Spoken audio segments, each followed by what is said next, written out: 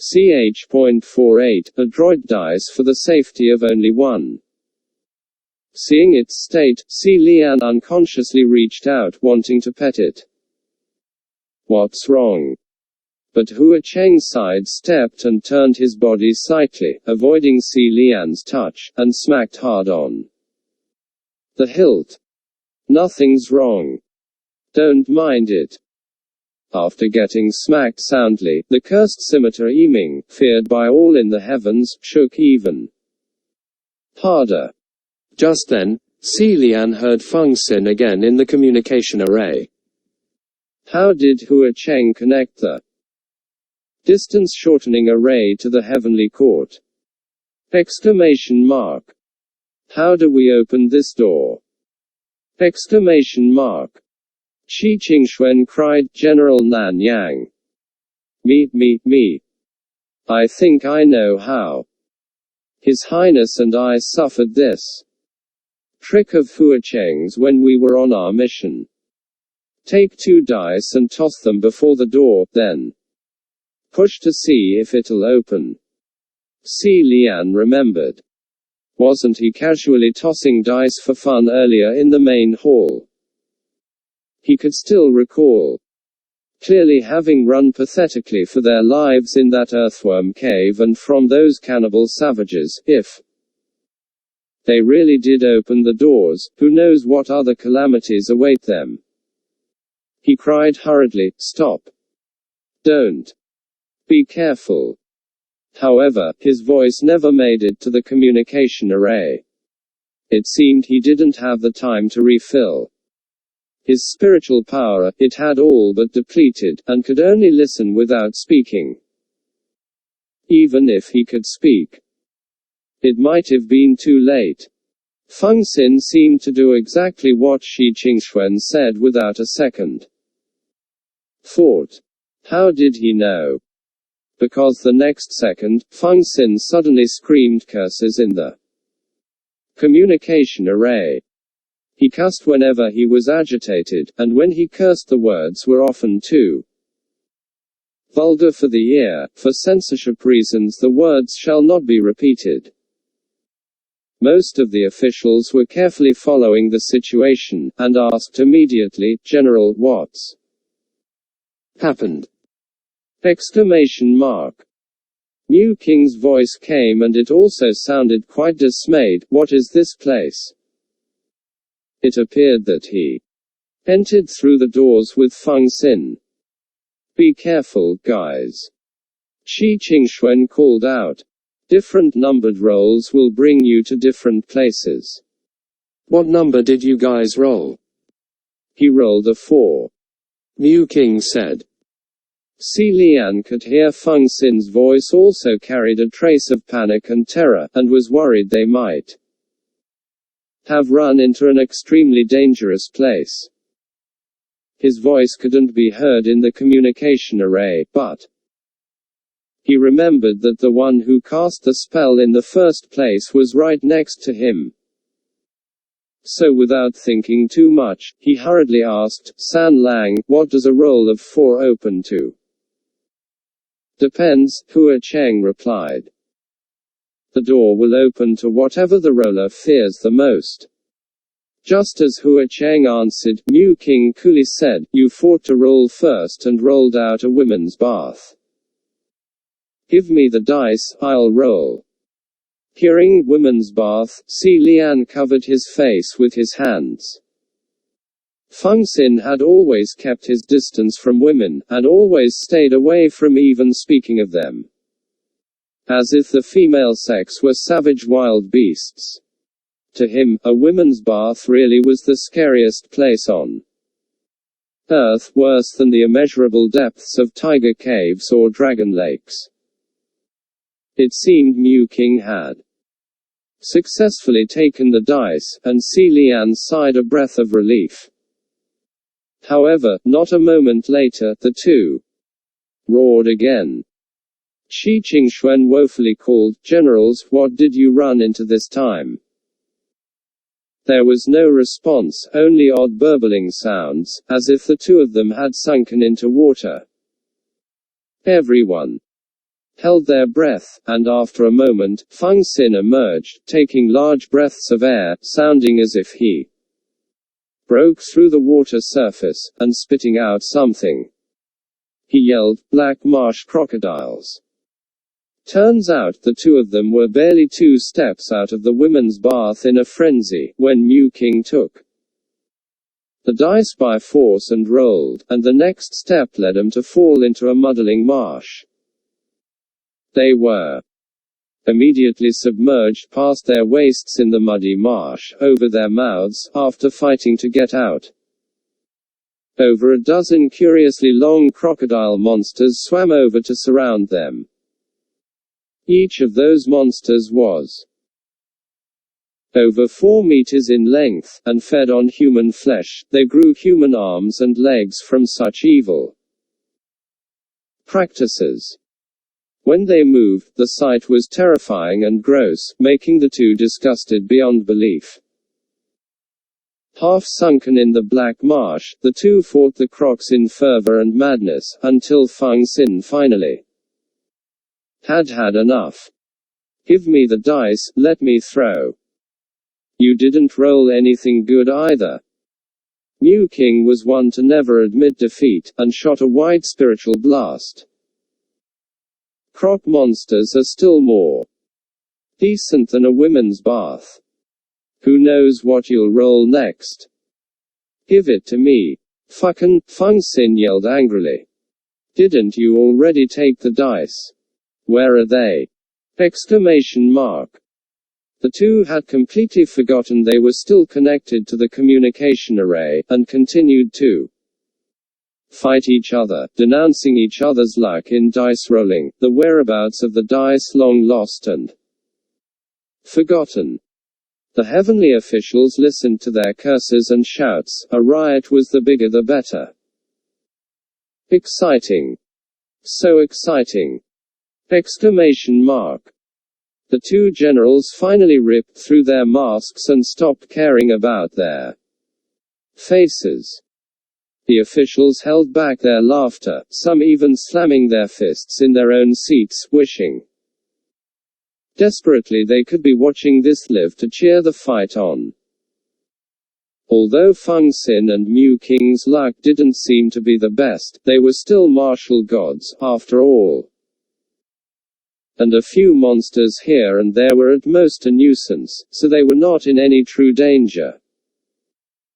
Si Lian prayed they would give up sooner rather than later, and be released from their predicament. At the same time, he was thankful that he himself didn't roll out a number that called forth any horrors, and rolled out a Hua Cheng instead. He spoke as he walked. "I rolled snake eyes earlier.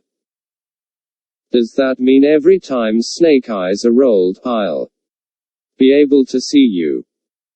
The moment he ended his sentence, he realized his words sounded a little weird, as if he really wanted to meet Hua Cheng, and thought it inappropriate. But Hua Cheng replied, "No." Si Lian felt a little awkward and scratched his cheek. "Oh. So that's not the case. I got it wrong." Hua Cheng, walking in front of him, said, "If you wanted to see me, it won't matter what you roll. I will appear." Hearing this, Si Lian swallowed hard, and forgot everything else he wanted to say. He hadn't had the chance to dissect the meaning of those words before the voice of another said in a sunken tone within the communication array, "Let me." It wasn't long after that person had spoken that there was a flash of white light drawn across the sky, and a crashing sound. Suddenly, Hua Cheng and Si Lian's path was blocked. When the white light cooled and slowly cleared away, Si Lian saw that the thing that flew from the sky, and that was blocking them now, was a sword. The sword was long and slender, half entombed into the ground on a slant, the body of the sword itself still quivering. The sword was dark like black jade, deep and foreboding, smoother than a mirror, and if anyone were to go near, they could see their own reflection on the blade. Only the thin, silver-white line of the heart of the sword cut across the blade in half. The name of this sword was Fangshin. A shadow landed in front of the sword and said, "This is your sword." After the death of the Guoshi Fangshin, the sword he carried was kept by the Crown Prince of Yong'an. The one who had thrown the sword Fangshin and blocked their path was none other than Lang Qianchu. It looked like Feng Xin and Mu King failed, but Lang Qianchu was able to roll the right numbers. It really couldn't be said whether it was because of his luck, or if it was Si Lian's misfortune. The only thing that could be said with certainty was, of the two crown princes, Lang Qianchu had always been more fortunate than Si Lian. Hua Cheng stood with his hands behind his back, his expression unchanged, only, his body made a small movement. The moment he moved, Si Lian immediately stretched out a hand to stop him. He said in a small voice, "Let me." Right in the middle of the valley, Lang Qianchu blocked the only road, his hand holding that oversized long sword, and said, "I only want to duel with you with all my might. It doesn't matter how this ends. Even if I die in your hands, I won't ask for any compensation.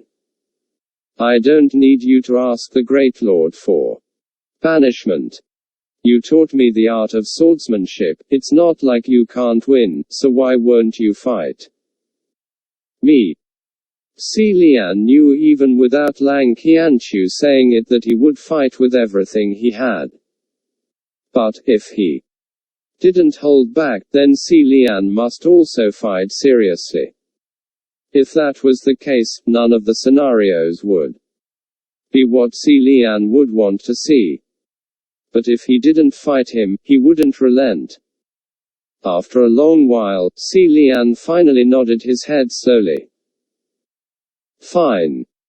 He took a few steps forward and approached that sword, pulled it from the ground, and said softly, "You asked for this."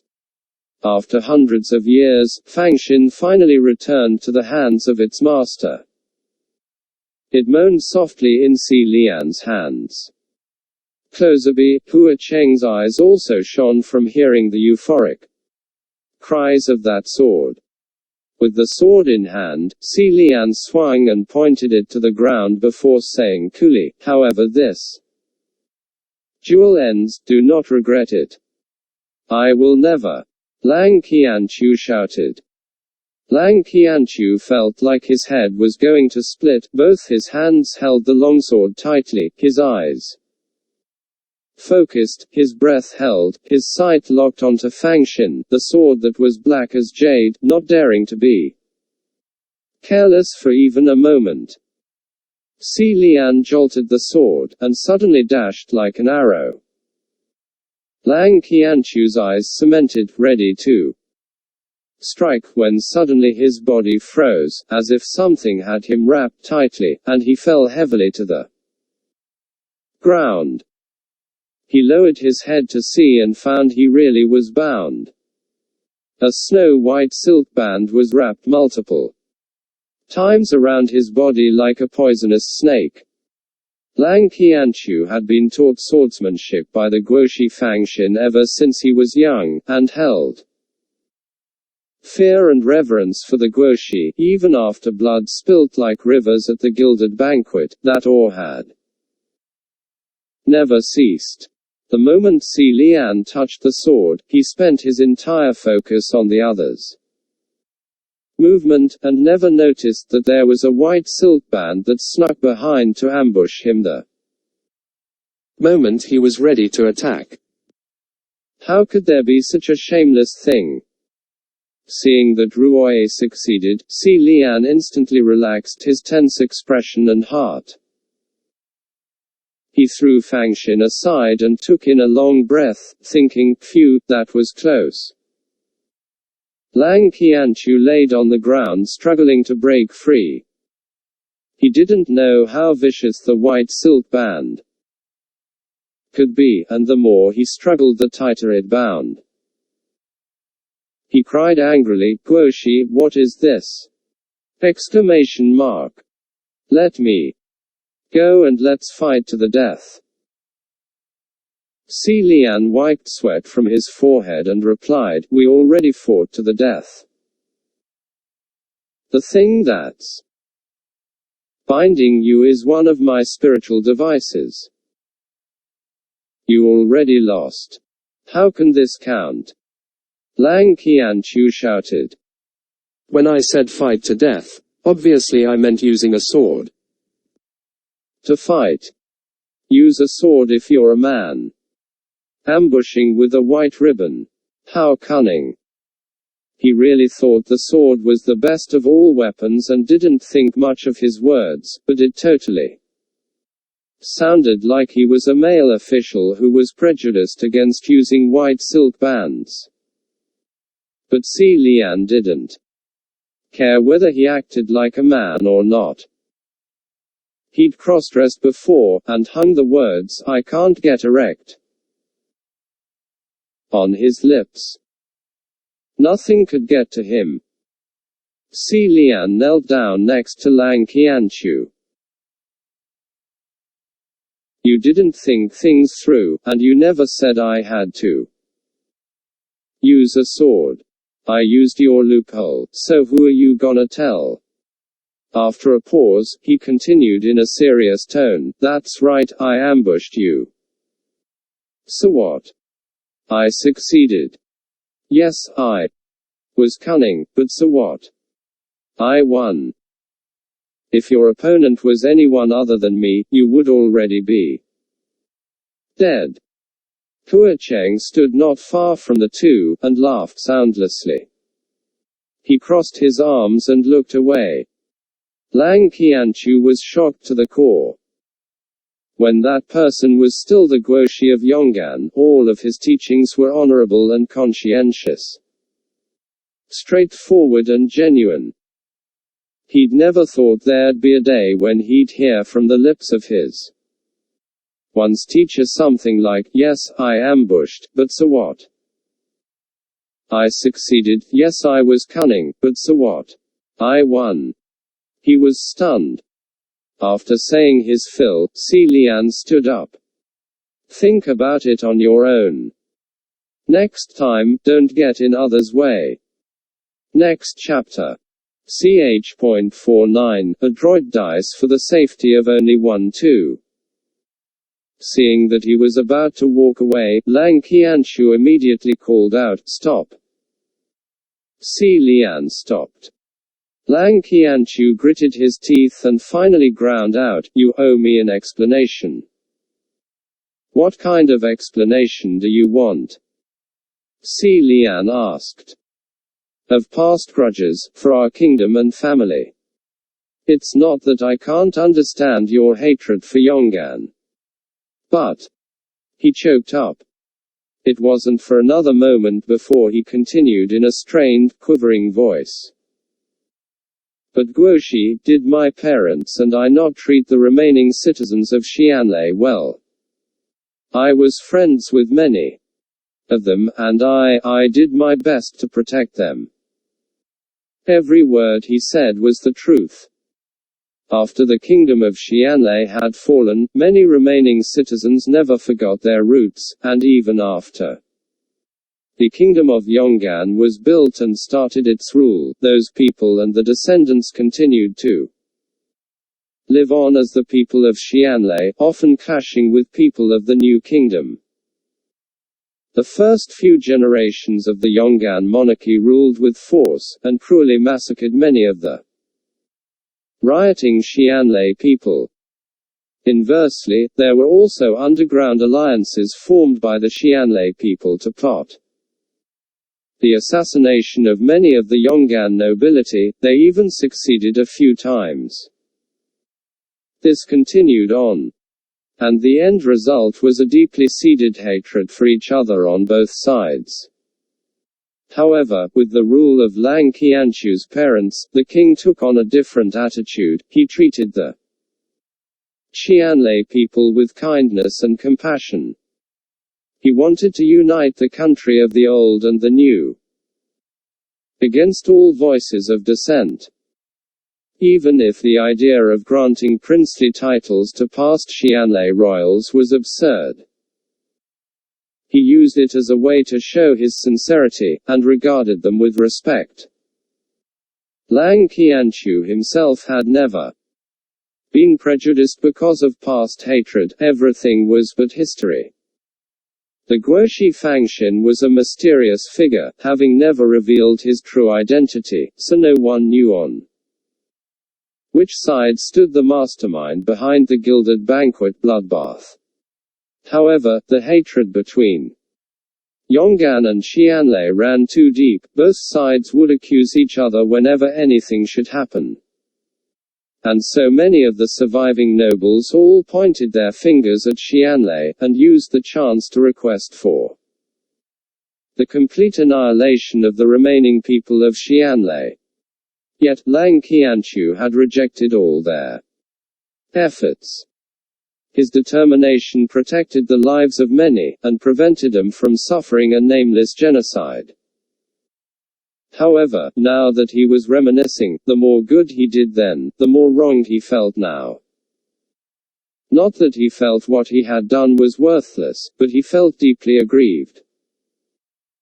It's never worthless to do what you think is right, but to have shown so much benevolence without reciprocation, he couldn't help but feel wronged. Lang Qianchu's eyes reddened, and he continued to question. Guoxi, did I not do enough? Did my parents do something wrong? Why must you treat me like this? The more he thought, the more vexed he became, and struggled against Ruoi's bind once more, straining to lift his upper body. Do you not think you owe us an explanation? I can't give you one, Si Lian said. The response was so direct, Lang Qianchu choked back his anger. Guoxi, you've changed so much. You were never like this before. Si Lian rubbed his forehead and said, I remember I had already told you long ago, not to venerate me as an incorruptible saintly figure. I'm nothing like the person in your mind. In the end you'll only disappoint yourself. Lang Qianchu laid on the ground and mumbled, the past you or the present you, I don't know which one is the real you anymore.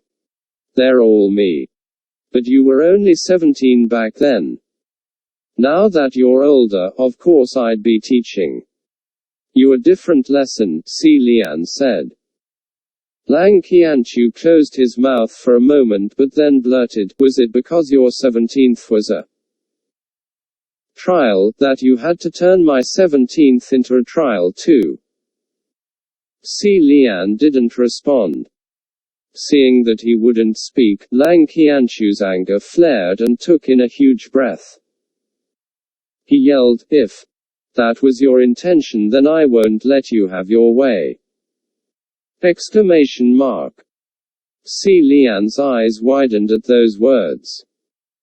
Lang Qianchu couldn't stand, but his eyes were bright and his tone tenacious, as if a roaring flame was blazing within his eyes.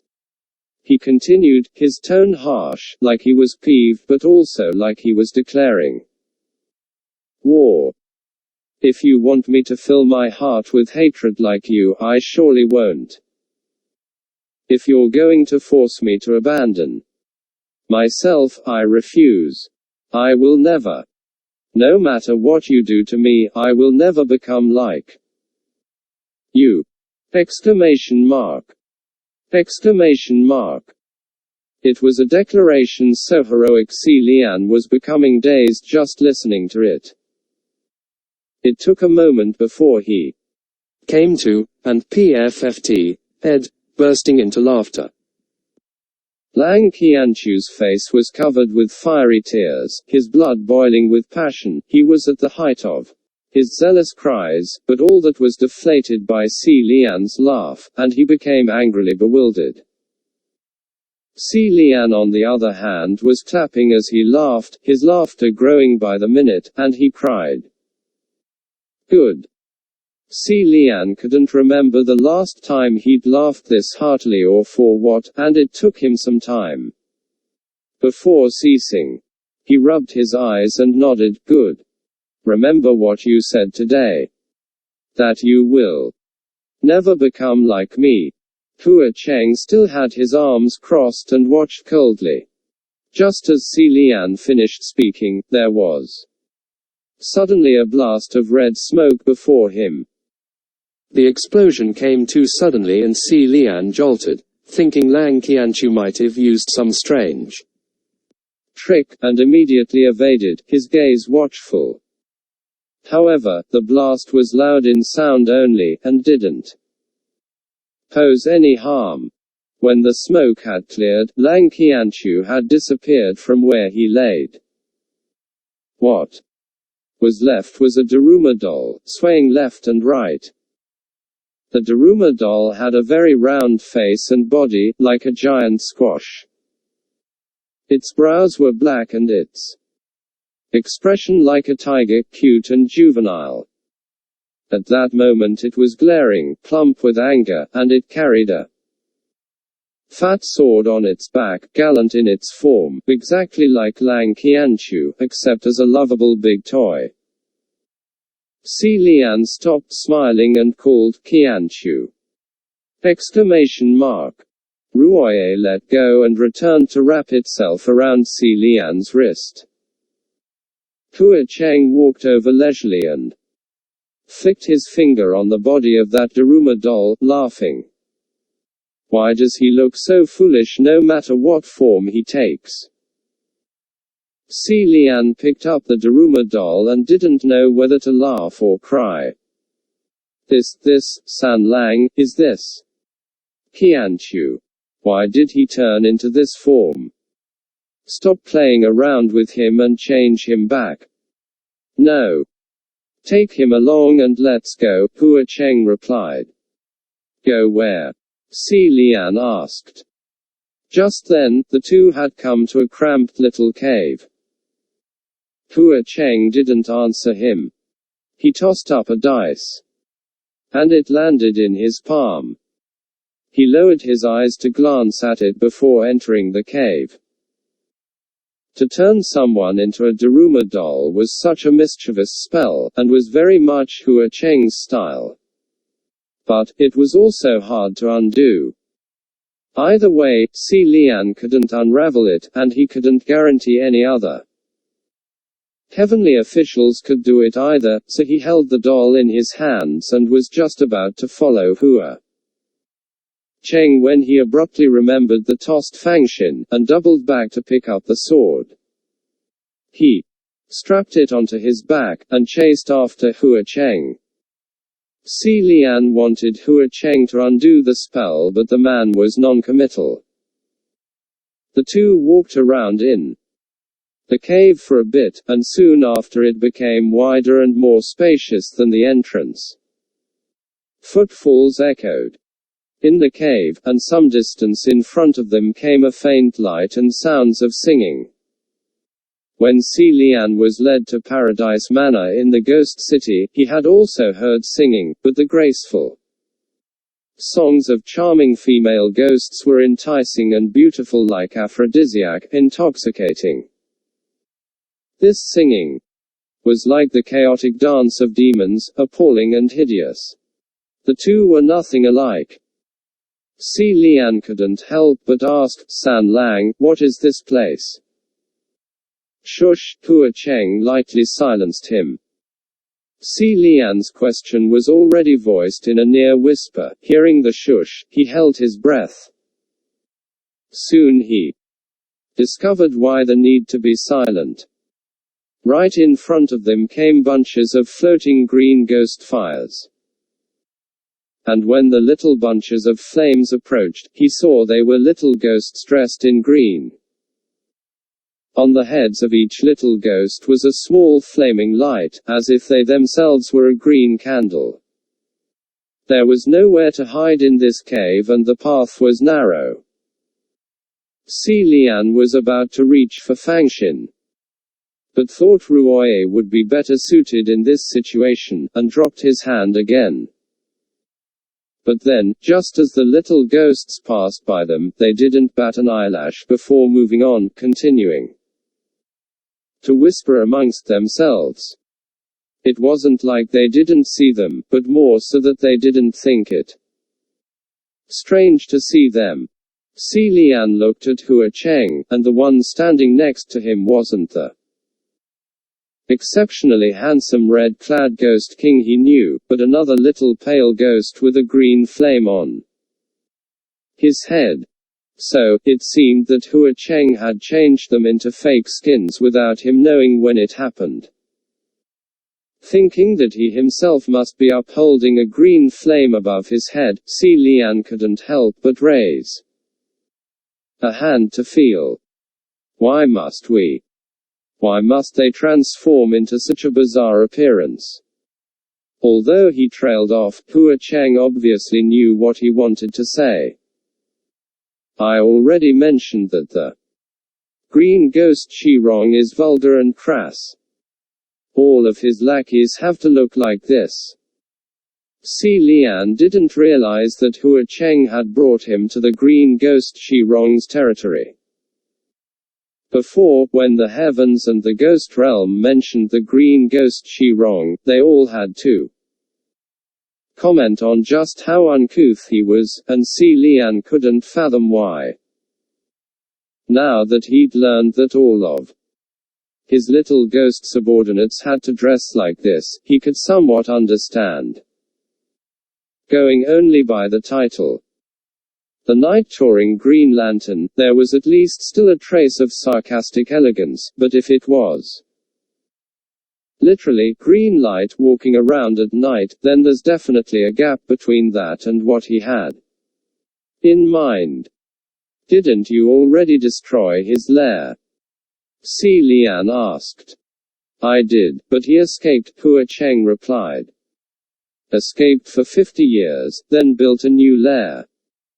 Si Lian held the Lang Qianchu Daruma doll close to this chest, and whispered after making sure there was no one around. San Lang, are you here to find the green ghost? Why don't you undo Qianchu's spell and let him go first, and then I'll accompany you? Hua Cheng obstinately refused. No, take him with you. I need him to meet someone. Si Lian was curious. Hua Cheng didn't act like he cared much for Lang Qianchu, so why would he take him to meet anyone especially? But all of his options were rather awkward, so he didn't speak any more on the subject. When the two finally emerged from the cave and the tunnel opened to a wider space, more caves appeared before them. There seemed to be caves and tunnels dug all over this mountain, caves connecting caves, tunnels leading to more tunnels. Each entrance had a number of ghosts with a green lantern on their heads going in and out, like a giant beehive or an anthill. If Si Lian had come in by himself, there'd be no way he'd remember the way. Yet Hua Cheng acted like he was at home, and traversed through various tunnels and caves without hesitation, exceedingly at ease, like he knew the paths by heart. The two of them had on the green-flamed little ghost skin, and no one stopped them in their paths.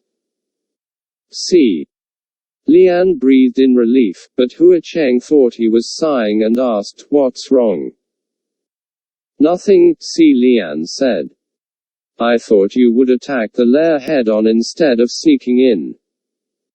"I'm not too good with fighting, so I'm relieved."